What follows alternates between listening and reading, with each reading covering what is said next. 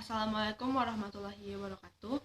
Baiklah, kami dari kelompok 12 pada kesempatan ini akan membahas materi tentang radiobiologi yang beranggotakan saya sendiri, Ratu Nisha Lovena dengan NIM 1823158 dan rekan saya Besti Devita 1823177 dan Nadifah Norisman 1823129.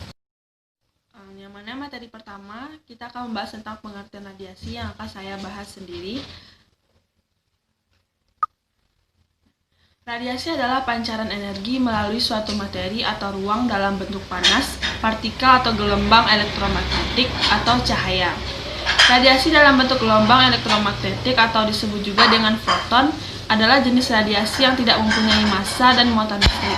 Misalnya adalah sinar gamma dan sinar X. Beberapa modalitas pencitraan yang menggunakan sinar X adalah pesawat sinar X, mamografi, dental, CT scan, dan lain sebagainya. Nah, radiasi ini bisa terjadi dalam bentuk panas, suara, dan cahaya. Radiasi bisa dirasakan atau dilihat seperti cahaya atau terdeteksi melalui instrumen khusus seperti X-ray.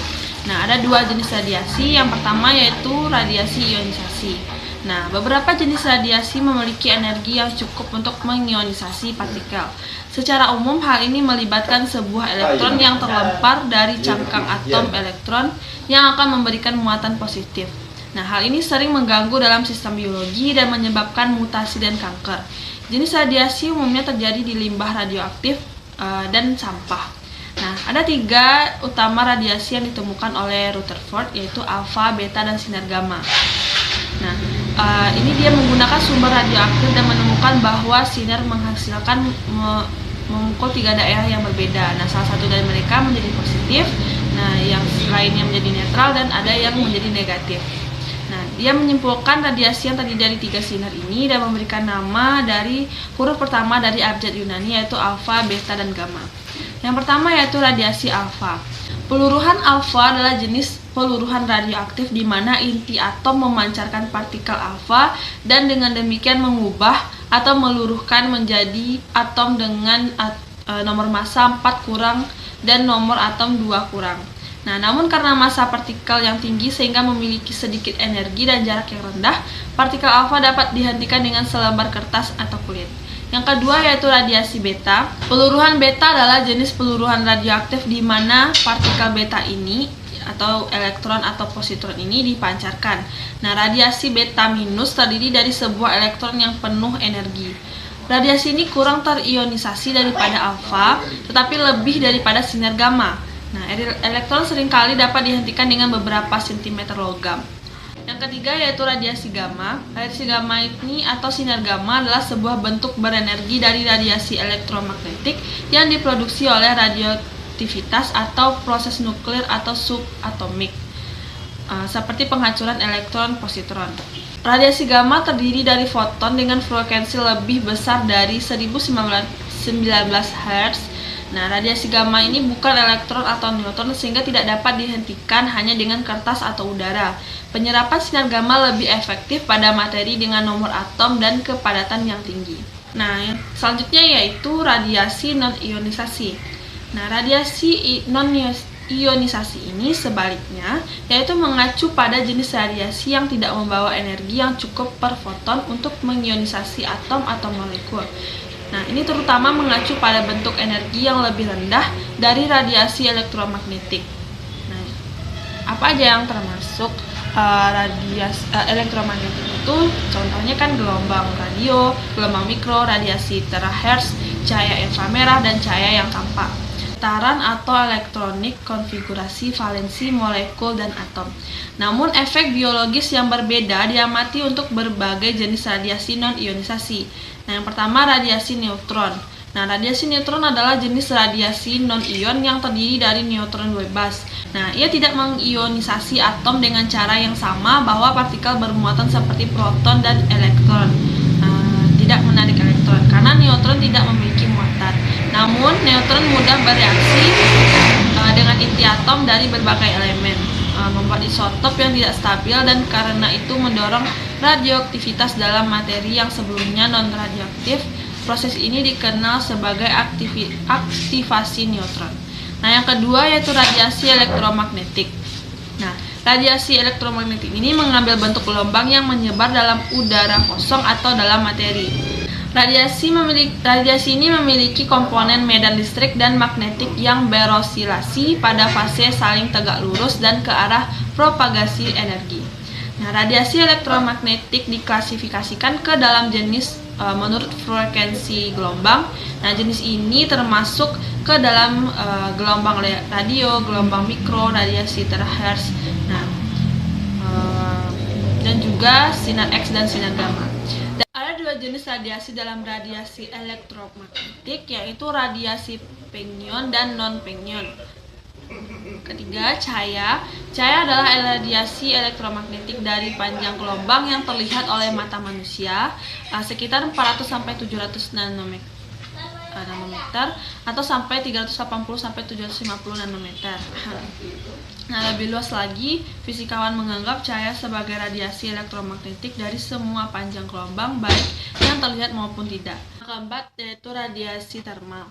Nah, radiasi termal adalah proses di mana permukaan benda memancarkan energi yang panas dalam bentuk gelombang elektromagnetik. Radiasi inframerah dari radiator rumah tangga biasa atau pemanas listrik adalah contoh dari radiasi termal. Nah, seperti panas dan cahaya yang dikeluarkan oleh sebuah bola lampu pijar bercahaya. Nah, radiasi termal dihasilkan ketika panas dari pergerakan partikel bermuatan dalam atom diubah menjadi radiasi elektromagnetik. Gelombang frekuensi yang dipancarkan dari radiasi termal adalah distribusi probabilitas tergantung pada suhu dan untuk benda hitam asli yang diberikan oleh hukum radiasi Planck. Efek radiasi terbagi menjadi dua, yaitu efek deterministik dan efek stokastik. Nah, deterministik ini muncul ketika atau beberapa minggu setelah terkena radiasi yang ditandai dengan keluhan baik umum maupun lokal yang sulit dibedakan dengan penyakit lainnya, di mana yang biasanya itu nafsu makan berkurang, mual, lesu, lemah, demam, keringat berlebih sehingga menyebabkan kematian. Nah, sedangkan keluhan lokal adalah eritem atau kulit merah, pedih, gatal, bengkak, melepuh, memborok, dan kerontokan rambut. Efek stokastik munculnya berlangsung lama setelah penyinaran radiasi seperti kanker, kerusakan somatik, cacat pada keturunan, kerusakan pada genetik, katarak, hingga kemandulan. Mungkin sekian materi yang dapat saya sampaikan. Materi selanjutnya akan disampaikan oleh rekan-rekan saya. Baiklah, saya Nadifa Nurisman akan menjelaskan materi selanjutnya, yaitu materi tentang interaksi radiasi dengan biologi. Interaksi radiasi pengion dengan materi biologis diawali dengan interaksi fisika, yaitu proses ionisasi. Elektron yang dihasilkan dari proses ionisasi akan berinteraksi secara langsung maupun tidak langsung. Secara langsung, bila penyerapan energi langsung terjadi pada molekul organik dalam sel yang mempunyai arti penting seperti DNA. Sedangkan interaksi secara tidak langsung bila terlebih dahulu terjadi interaksi radiasi dengan molekul air dalam sel, yang efeknya kemudian akan mengenai molekul organik penting. Interaksi radiasi dengan materi biologi merupakan proses yang berlangsung secara bertahap. Tahap awal adalah tahap fisik dan tahap akhir adalah tahap biologis. Yang pertama yaitu tahap fisik. Tahap fisik merupakan tahap terjadinya absorpsi energi radiasi pengion sehingga menyebabkan proses eksitasi dan ionisasi pada molekul atau atom penyusun bahan biologis. Proses tersebut berlangsung sangat singkat dalam waktu 10⁻⁻16 detik. Proses terurainya molekul air oleh radiasi pengion, reaksinya yaitu radiasi pengion ditambah H2O menjadi H2O- ditambah elektron. Yang kedua yaitu tahap fisikokimia. Tahap fisikokimia adalah tahap lanjutan, yaitu ion yang terbentuk pada tahap awal mengalami reaksi termasuk reaksi dengan molekul air lainnya, sehingga terbentuk radikal bebas. Radikal bebas adalah suatu atom atau molekul bebas yang tidak bermuatan dan mempunyai sebuah elektron tidak berpasangan pada orbit terluarnya. Reaksi kimia dalam tahap fisikokimia adalah H2O akan bereaksi membentuk radikal bebas OH- dengan reaksinya H2O menjadi H+ ditambah OH-. Radikal bebas OH- dapat membentuk peroksida H2HO2 yang bersifat oksidator kuat. Dengan reaksinya OH- ditambah OH- menjadi H2O2. Yang ketiga yaitu tahap kimia dan biologi. Tahap kimia dan biologi yang berlangsung dalam beberapa detik dan ditandai dengan terjadinya reaksi antara radikal bebas dan peroksida dengan molekul organik sel serta inti sel yang terdiri atas kromosom. Reaksi ini akan menyebabkan terjadinya kerusakan-kerusakan terhadap molekul-molekul dalam sel. Jenis kerusakannya bergantung pada jenis molekul yang bereaksi. Yang keempat yaitu tahap biologis. Tahap biologis ditandai dengan terjadinya tanggapan biologis yang bervariasi, bergantung pada molekul penting mana yang bereaksi dengan radikal bebas dan peroksida yang terjadi pada tahap ketiga. Proses ini berlangsung dalam orde beberapa puluh menit hingga beberapa puluh tahun, bergantung pada tingkat kerusakan sel yang terjadi. Beberapa akibat dapat muncul karena kerusakan sel, seperti kematian sel secara langsung, pembelahan sel terhambat atau tertunda, serta terjadinya perubahan permanen pada sel anak setelah sel induknya membelah. Materi selanjutnya yaitu indikator biologi radiasi.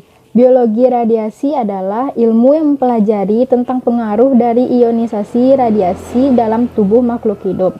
Secara umum, efek kerusakan jaringan biologis akibat radiasi ionisasi diklasifikasikan menjadi 3 kategori. Yang pertama, efek somatik non-stokastik atau deterministik. Adalah efek kerusakan pada tubuh manusia yang terpapar radiasi yang pasti akan terjadi bila dosis radiasi yang diterima tinggi. Sebagai contoh adalah kemerahan pada kulit dan pembentukan katarak. Keparahan efek ini sesuai dengan dosis yang diterima. Yang kedua, efek somatik stokastik. Efek stokastik adalah efek yang dapat terjadi kemunculannya bersifat random dan tergantung pada hukum probabilitas.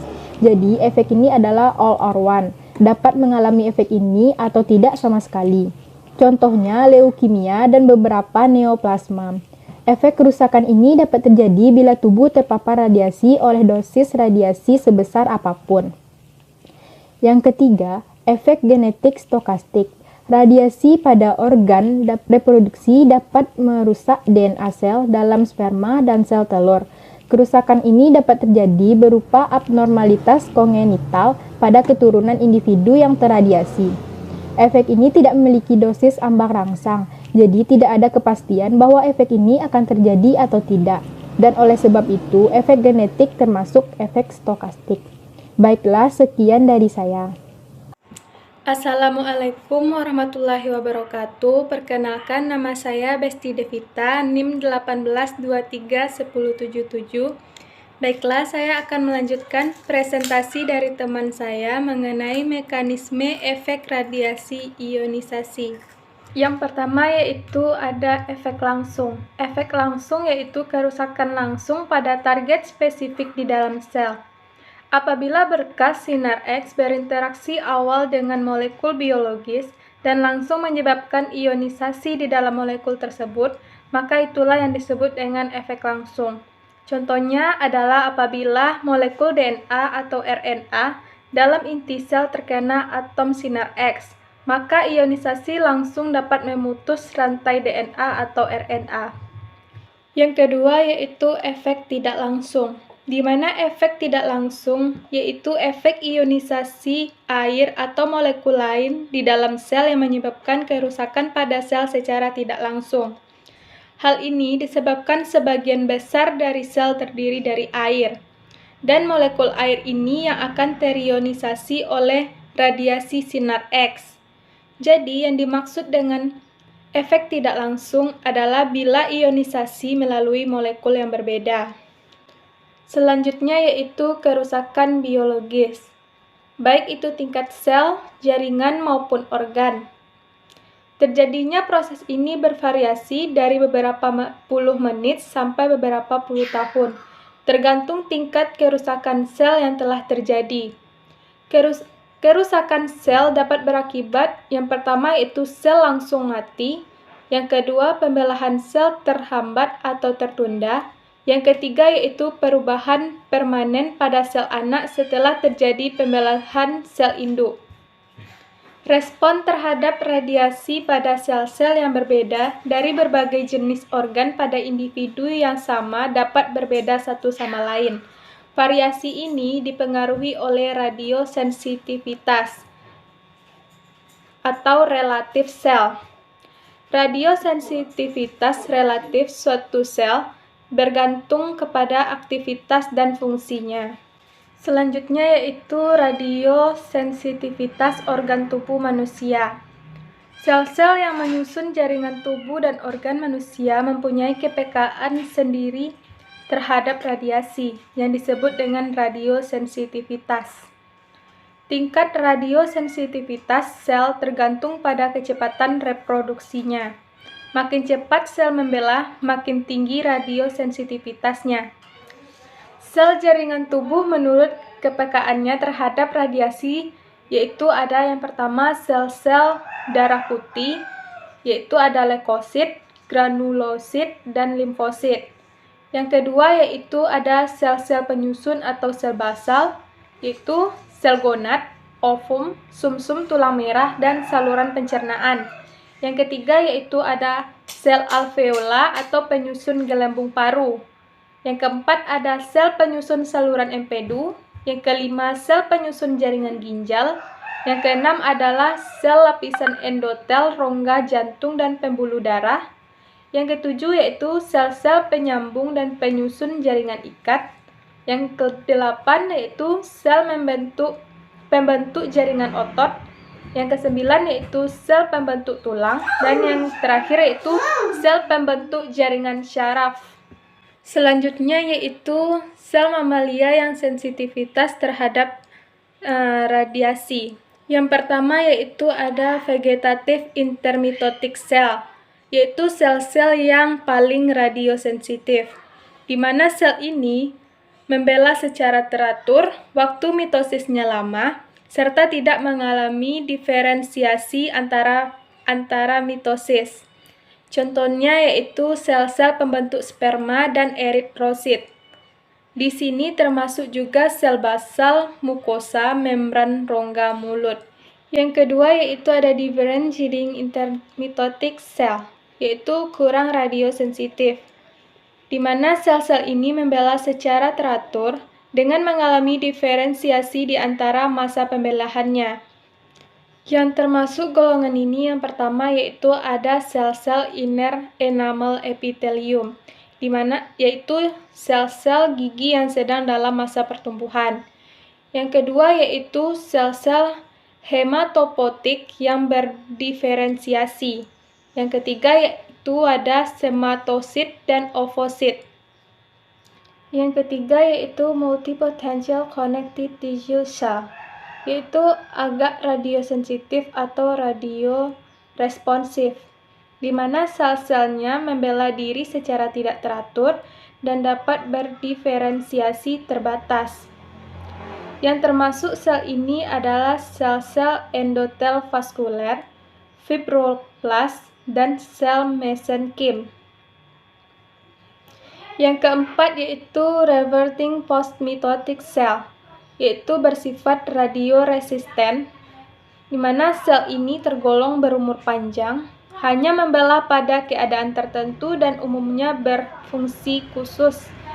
Yang termasuk golongan ini adalah yang pertama yaitu sel-sel asini dan ductus dari kelenjar ludah serta pankreas.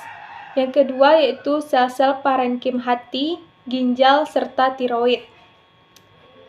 Yang kelima yaitu fixed postmitotic cell, yaitu paling resisten terhadap efek radiasi ionisasi, di mana sel-sel ini berdiferensiasi tinggi dan setelah mencapai tingkat kematangan, dia tidak mampu membela diri lagi.